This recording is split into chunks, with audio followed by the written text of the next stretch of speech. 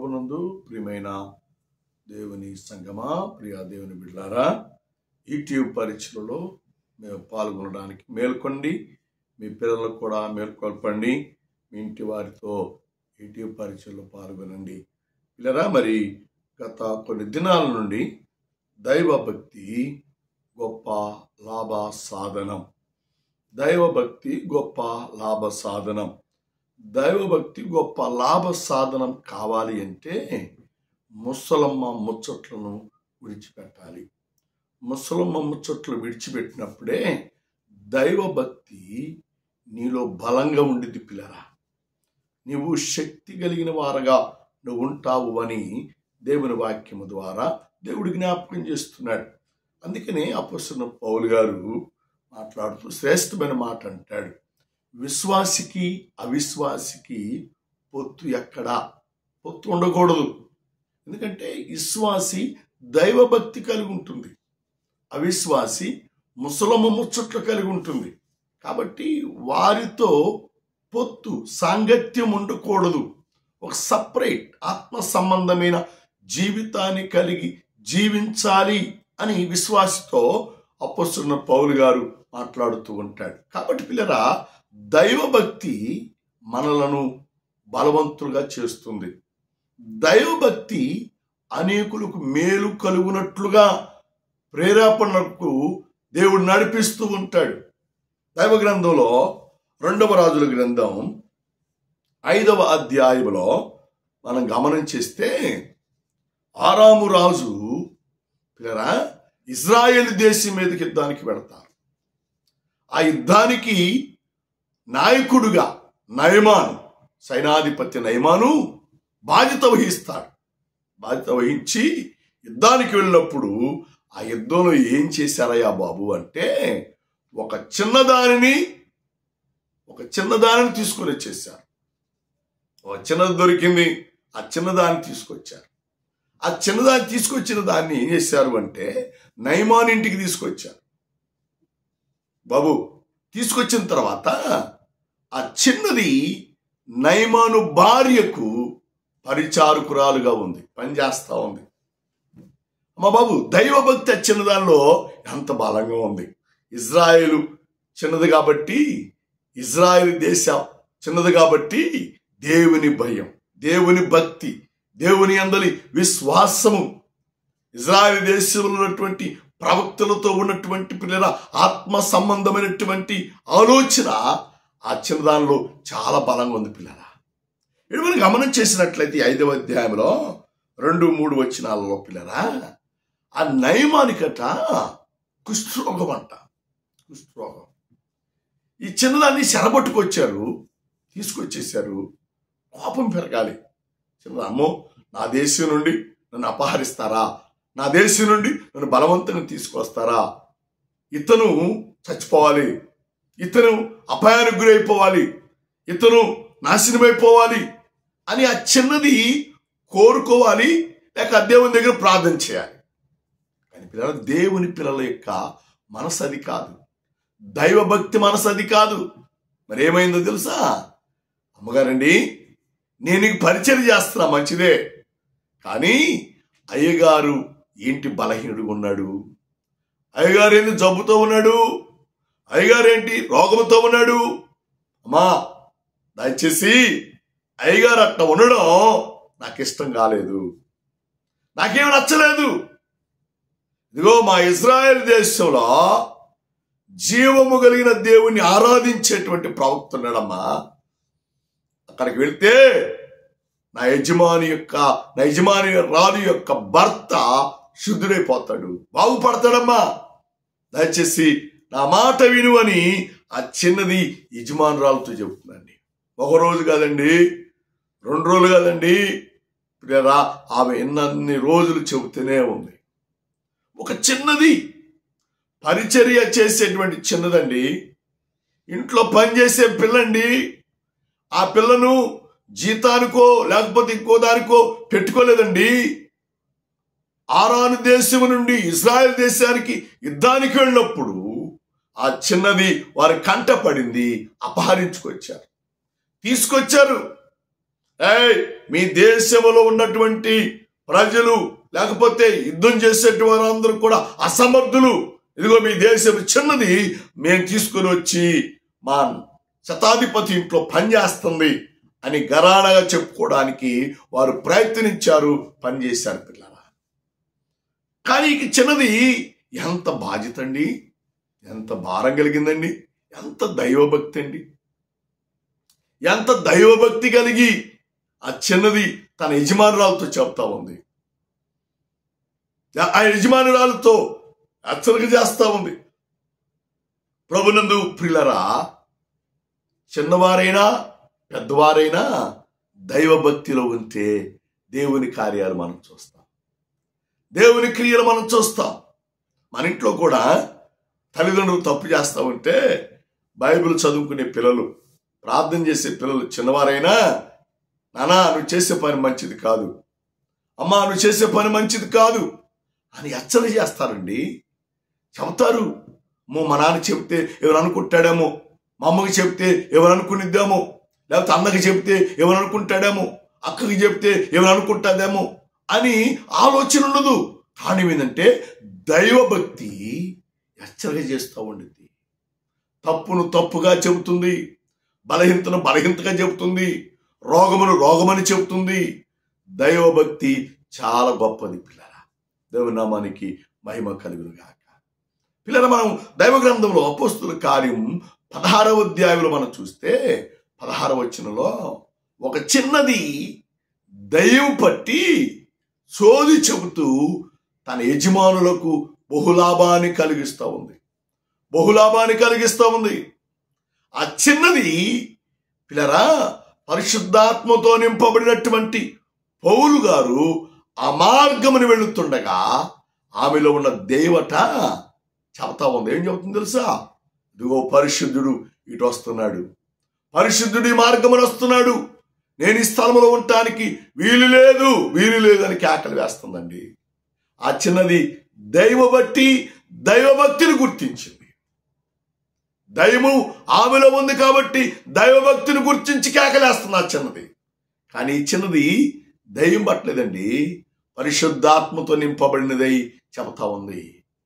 మా అమ్మగారు నీకు వందనాలమ్మా, అయ్యగారు కుష్ఠరోగంతో చాలా బాధపడుతున్నాడు, అధికారి అయి ఉన్నాడు, శతాధిపతి అయి ఉన్నాడు, కానీ ఈ జబ్బు కుదరని జబ్బు. కాబట్టి ఈ యొక్క కుష్ఠరోగం పోవాలి అంటే, అయ్యగారు స్వస్థత పొందాలి అంటే ఇజ్రాయేల్ దేశం అంటే నన్ను శరపట్టి తెచ్చినటువంటి నా దేశంలో యాజకుడు ఉన్నాడు, ప్రవక్త ఉన్నాడు, ఆయన బాగు చేస్తాడమ్మా అని చెప్పినప్పుడు పిల్లరా, మరి ఆ యొక్క నయమాను భార్య ఎన్ని మారులు అతనికి చెప్పింది, ఎన్నిసార్లు హెచ్చరిక చేసిందో. వెంటనే ఆరాము దేశపు రాజుకు నయమాను పిల్లరా చెప్పడం జరిగింది. అయ్యా, ఇజ్రాయెల్ దేశంలో ప్రవక్త ఉంటాడంట, ఆయన దగ్గరికి శుద్ధునైపోతానంట, ఆయన దగ్గరికి వెళ్తే నేను బాగుపడతానంట. మరి మనము తీసుకొచ్చినటువంటి ఆ చిన్నది, చెరపట్టినటువంటి ఆ చిన్నది చెబుతూ ఉందయ్యా, కాబట్టి వర్తమానం పంపించు, వీలైతే నేను పోయి వస్తాను అని చెప్పి పిల్లరా నయమాను రాజుకు చెప్తాడు. రాజు వెంటనే ఇజ్రాయేలు దేశపు రాజుకు వర్తమానం పంపిస్తూ ఎండి నాణ్యాలు, బంగారాలు, దుస్తులు అన్ని పంపించాడు పిల్లరా, అన్ని పంపించాడు. ఆ లేఖ చూసినటువంటి ఇజ్రాయేలు రాజుగారు, ఇజ్రాయేల్ దేశపు రాజు చాలా కోపం తెచ్చుకున్నాడు. నన్ను ఎటకారం చేస్తున్నాడా, నన్ను హేళన చేస్తున్నాడా, నన్ను గేలి చేస్తున్నాడా ఏంటి అని చెప్పి ఇజ్రాయేల్ రాజు వస్త్రములు చింపుకున్నాడు. ఎంత భయంకరం అండి. కానీ ఇజ్రాయేల్ దేశంలో ఉన్నటువంటి మరి ప్రవక్తకు పిల్లరా ఎలీషా, దేవునికి స్తోత్రం, హల్లెలూయా హల్లెలూయా. ఎలీషా దైవ జనుడిగా ఉన్నాడు పిల్లరా. బాబు ఆ వర్తమానము రాజు ఎలీషాకు పంపినప్పుడు ఎలీషా నయమాను రామని ఆహ్వానిస్తాడు. పిల్లనప్పుడు నయమాను బయలుదేరి పిల్లరా రథాలు వేసుకొని, గుర్రములు వేసుకొని, పనివారిని తీసుకొని ఎలీషా దగ్గరకు వచ్చినప్పుడు పిల్లరా అతడు లోపలే కూర్చొని ఏం చెప్తాడు తెలుసా? బాబు, నీవు శుద్ధుడవునట్లుగా యోర్దాను నదిలో 7 మార్లు మునుగు. మునిగితే నువ్వు శుద్ధుడైపోతావు. అంటే నయమానికి కోపం వచ్చేసింది. ఏంటి? ఆ దేశంలో ఎన్నో నదులు ఉన్నాయి, మంచి నదులు. ఏడ మునిగితే తల్లారదు, ఏడ మునిగితే నా శుద్ధిది కాదు, ఏడ మునిగితే నాకు ఆరోగ్యం రాదు, ఈ నదిలో మునగమంటాడేంటని కోపము తెచ్చుకొని రౌద్రుడై, మా బాబు దైవభక్తి అతనిలోకి వస్తే, దైవభక్తిని ఆహ్వానిస్తే అతడు శుద్ధుడవుతాడు. దైవజనుడు మాటకు లోబడితే దైవభక్తి వస్తుంది. దైవజనుడు చెప్పిన మాటకు నువ్వు అంగీకరిస్తే నువ్వు బాగుపడతావు. ఈరోజున చాలా మంది దైవజనుడు మాటలు వింటలేదండి. దైవజనుడు మాటలను పెడచెవిని పెడుతున్నారు. దైవజనుడు మాటలను లెక్క చేయట్లేదు. దైవజనుడు మాటను తునీకరిస్తున్నారు. దైవజనుడు మాటను తిరస్కరిస్తున్నారు. అందువల్లే దైవభక్తి రాక శరీర సంబంధమైనటువంటి బలహీనులుగా మారిపోతున్నారు, రోగముతో మారిపోతున్నారు, జబ్బులతో మాయమైపోతున్నారు. పిల్లరా, నానా విధమైనటువంటి భయంకరమైనటువంటి బలహీనతల చేత పీడించబడుతున్నారు. మా బాబు, దైవజనుడు మాటని వింటే నీ రోగం పోతుంది, నీ వ్యాధి పోతుంది, నీ జబ్బు పోతుంది, నువ్వు శుద్ధుడివైపోతావు. దేవుని నామానికి మహిమ కలుగునుగాక. మా బాబు, దేవుని మాట నువ్వు వినాలి అని దేవుని వాక్యము ద్వారా దేవుడు మనకు జ్ఞాపకం చేస్తున్నాడు. దేవుని మాటని వింటే దేవుడు నీకు మంచి ఆరోగ్యమనిస్తాడు. దేవుని మాటని వింటే దేవుడు నిన్ను స్వస్థపరుస్తాడు. దేవుని మాటని వింటే, దైవజనుడి మాటని వింటే నీ జీవితంలో మంచి నెమ్మదిని దేవుడు నీకు అనుగ్రహిస్తాడు అని దేవుని వాక్యము ద్వారా దేవుడు మనతో మాట్లాడుతున్నాడు. అమ్మ బాబు, దైవభక్తి చిన్నదానిలో ఎంత పనిచేసిందండి. పరిశుద్ధాత్మ దేవుని కార్యము ఆ చిన్నదాని ద్వారా జరిగించడానికి దేవుడు దైవభక్తిని పిల్లరా ఆ చిన్నది కలిగి ఉండి గొప్ప కార్యం జరిగించింది. మా బాబు, ప్రార్థనకి వెళ్ళి నువ్వు దేవుని ఎరిగిన నీవు మా ఇతరులకు మేలు చేసే విషయంలో మౌనంగా ఉండలేవు. మౌనంగా ఉండటానికి పరిశుద్ధాత్మదేవుడు ఒప్పుకోడు. నిన్ను ప్రేరేపిస్తూ ఉంటాడు. మాట్లాడు, హెచ్చరిక చేయి, చెప్పు అని నిన్ను ప్రేరేపిస్తూ ఉంటాడు. అలాగనే ఈ చిన్నది తన దాసురాలకు పరిచర్య చేస్తూ కూడా ఆ యజమానుడికి మేలు కలగాలని అంత ఆశ అండి, అంత ఆశ. సహోదరి సహోదరుడా, ఇరాకడి దినాలలో, యంచె దినాలలో, అపాయకమైన దినాలలో నీ ద్వారా మేలు జరగాలని దేవుడు కోరుకుంటున్నాడు. రక్షణ పొందిన నీవు, మారు మనసు పొందిన నీవు, బాప్తిస్మం తీసుకున్న నీవు, సంఘములో చేర్చబడిన నీ ద్వారా దేవుని కార్యం జరగాలి. ఒక ఆత్మ రక్షించబడాలి, ఒక వ్యక్తి బాగుపడాలి, ఒక వ్యక్తి దేవుని చేత అభిషేకించబడాలి. ఆరాటము ఈ చిన్నదానిలో ఉంది. ఈరోజు నీలో కూడా దేవుడు ఆశపడుతున్నాడు. నీ ద్వారా నీ ఇంటి వారు రక్షణ పొందాలి. నీ ద్వారా నీ కుటుంబము ఆత్మ సంబంధముగా కట్టబడాలి, దైవభక్తిలో కట్టబడాలి, దైవభక్తిలో స్థిరపడాలని పరిశుద్ధాత్మ దేవుడు కోరుకుంటున్నాడు. పిల్లరా, ఇక్కడ మనం గమనించేస్తే పిల్లరా, ఇక్కడ దైవజనుడు చెప్పిన మాటకు నయమాను కోపం వచ్చి ఏం చేశాడు తెలుసా? రథాన్ని వెనక్కి తిప్పేశాడు, పనివారిని వెనక్కి తిప్పేశాడు. 12 వెళ్ళిపోదాం అన్నాడు. రథసారథి అంటున్నాడు, అయ్యా, అతడు మనలను ఒకవేళ బంగారం అడిగితే బంగారం ఇస్తాం, ఏదైనా చేయమంటే చేస్తాం కదా. అతడు మన దగ్గర నుండి ఏది ఆశించలేదయ్యా. అతడు చెప్పిన పని మనం చేస్తే మేలు కలుగుతుందేమో, అతడు చెప్పిన మాట మనం వింటే మేలు కలుగుతుందేమో, మేలు పొందుకుంటామేమో. కాబట్టి అయ్యా ఆ పని చేయని బ్రతిలాడుతున్నాడు. అంటే నా మాటకు రథాన్ని మళ్ళీ వెనక్కి తిప్పాడు, నది దగ్గరికి వెళ్ళాడు. యొర్దాను నదులు 7 మారులు పురిగినట్లుగా దైవ గ్రంథము దేవుడు మనకు జ్ఞాపకం చేస్తున్నాడు. దైవ గ్రంథంలో మనం చూస్తే 14, 15, 16 వచనాల్లో పిల్లరా, అతని శరీరము, అతని దేహము పసిపిల్లవాని దేహముగా మారి మంచి ఆరోగ్యవంతుడిగా మారాడు, మంచి స్వస్థత పొందాడు, మంచి బలాన్ని పొందుకున్నాడు. అమ్మ బాబు, ఆరోగ్యవంతుడై ఇంటికి వచ్చాడు. ఎంత గొప్ప భాగ్యం! హల్లెలూయా, హల్లెలూయా, హల్లెలూయా. కాబట్టి ప్రభునందు పిల్లరా, మనము దేవునితో ఆత్మ సంబంధాన్ని మనము కలిగి ఉంటే, విశ్వాస సంబంధాన్ని మనము కలిగి ఉంటే, దేవుని యందలి నమ్మకత్వాన్ని మనం కలిగి ఉంటే, దైవభక్తి మనం కలిగి ఉంటే, పాప సంబంధమైన కుష్టును, శరీర సంబంధమైన కుష్టును దేవుడు తీసివేసి దేవుడు మనల్ని శుద్ధిని చేస్తాడు. అమ్మా, దైవభక్తి చిన్నదానిలో ఉంది. దేవుని కార్యం జరిగించాడు, దేవుని క్రియను జరిగించాడు, దేవుని మహిమను దేవుడు జరిగించినట్లుగా దేవుని వాక్యము ద్వారా దేవుడు జ్ఞాపకం చేస్తున్నాడు. సహోదరి, నేను ముగించబోతున్నాను. వందనాలు చెల్లిస్తున్నాను. అమ్మా, మీరు కూడా దైవభక్తి కలిగి ఉంటే నీ ద్వారా దేవుడు గొప్ప కార్యం జరిగిస్తాడు. వయసుతో సంబంధం లేదండి అమ్మా బాబు, వయసుతో సంబంధం లేదు. చిన్నవారా పెద్దవారని సంబంధం లేదండి. దైవభక్తి నిన్ను బలపరుస్తుంది, నీ ద్వారా అనేకులకు స్వస్థత ఆరోగ్యమునిస్తుంది అని ప్రభు పేరట ప్రభు నామములో మనం చేస్తున్నాం. కనుక మనల్ని మనం దేవునికి అర్పించుకుందాం, మనల్ని మనం దేవునికి సమర్పణ చేసుకుందాం. దేవుని చిత్తానుసారమైన జీవితంలో మనము జీవించినట్లుగా మన జీవితాన్ని ప్రభువుకు సమర్పించి ప్రభువులో మనము బల పొందుకుందాం. అటు కృప, అటు సమాధానం దేవుడు నీకు దయచేయునుగాక.